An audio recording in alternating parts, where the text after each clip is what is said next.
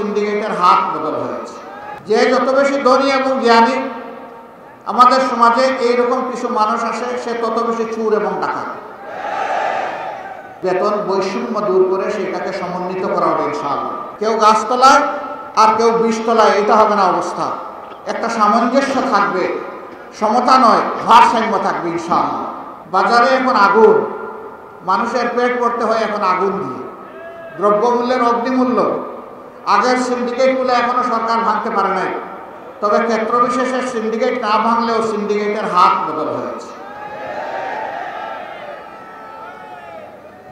একজন চাঁদাবাজি করে পেট করে পালিয়ে গেছে, আর কেউ এসে আবার চাঁদাবাজিতে লেগে যাক, সেটা কিন্তু আমরা চাই না। কিন্তু দেশ কি চাঁদাবাজ মুক্ত হয়েছে? দখলদার মুক্ত হয়েছে? হয় নাই। জুলুম মুক্ত হয়েছে? হয় নাই।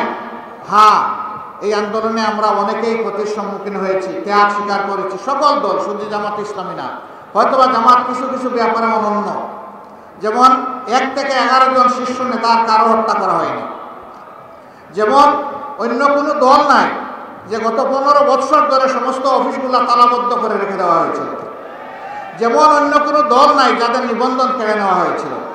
অন্য কোনো দল নাই বেদিশা হয়ে যাদেরকে শেষ মুহূর্তে নিষিদ্ধ ঘোষণা করেছে। এই সমস্ত বিষয়গুলো জামাতের সাথে সম্পর্কিত। কিন্তু লুট করেছেন সকল দলের, পঙ্গু হয়েছেন সকল দলের, জেলে গিয়েছেন সকল দলের, হাজার লাখো মামলা, দফায় দফায় জেল কেটেছেন অনেকেই।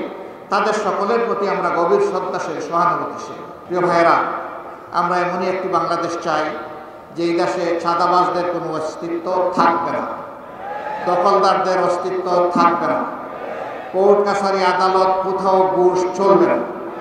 বলবেন এত অল্প বেতনে তখন চলবে কেমনে মানুষগুলো? হ্যাঁ, সেই ক্ষেত্রে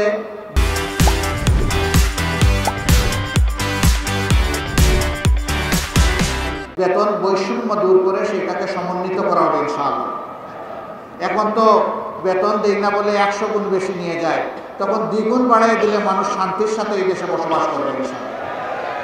সবাইকে তার কাজের ব্যাপারে মূল্যায়িত করা হবে ইনশাআল্লাহ।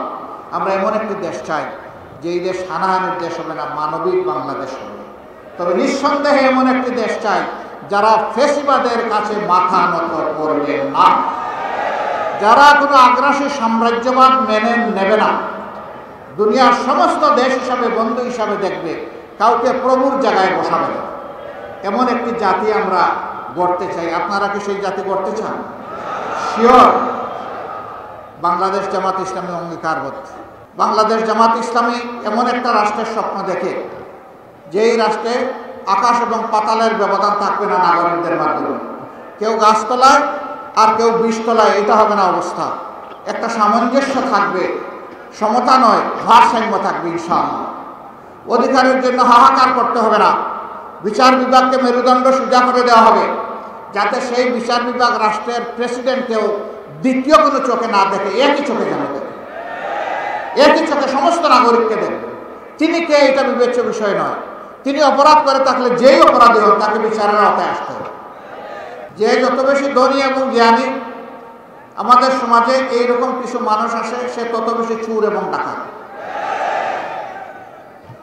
আমরা যাদেরকে চুর বলে চিনি, এরা কয় টাকা চুরি করে, কতটুকু মাল আমার ঘর থেকে বহন করে নিয়ে যেতে পারবে চুরি করে।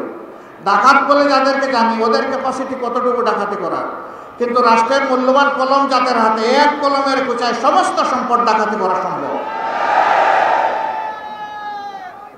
যুগে যুগে তাই হয়েছে, গেল 15 বছর সবচেয়ে বেশি হয়েছে।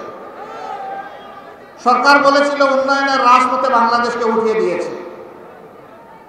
আমরা এখন মহাসড়কে আছি, আর বাংলাদেশ উন্নয়নের রোল মডেল। এখন চতুর্দিকে হাহাকার। বিভিন্ন মিল ফ্যাক্টরি ইন্ডাস্ট্রিতে মালিকরা তাদের কর্মচারীদের বেতন দিতে পারে না ঠিক মতো, তাদের ইন্ডাস্ট্রি চালাইতে পারে না।